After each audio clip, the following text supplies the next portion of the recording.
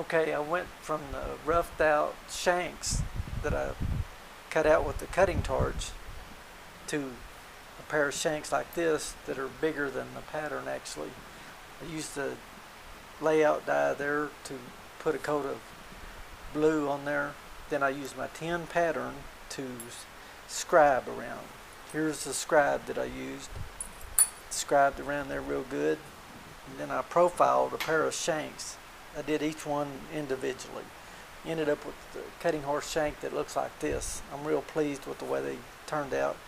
I've got a heavy bevel at the front where it attaches to the back, the heel band of the spur.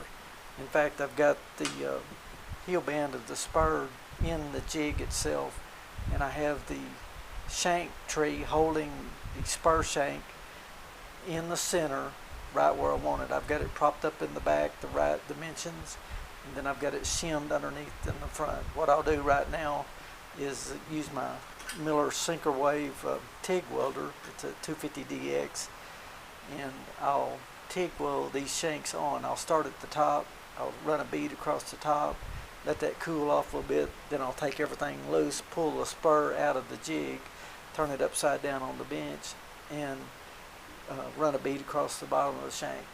And that will keep it from raising up. Sometimes when you go to the second spur, and after you tack it to the top, you'll want to go to the anvil and make sure your spurs, the shanks, are at the same height. You can make an adjustment on the second one and you weld to make sure the shanks are the same height.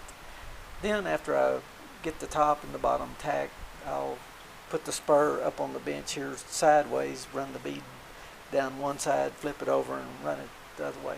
With the TIG welder, it's important to keep your metal clean, so sometimes I'll have to stop and wire brush it off to have a good clean weld down on each side. And then after the spur cools off, I'll come in and blend the welds with finer grit belts. I'll get away from the aggressive, rough, coarse belts and go to a finer belt like flex belts, 120 and 320. And so that should give you a little bit of insight on what it takes to get a pair of hand-cut shanks attached to the heel band of a cowboy spur. Good luck.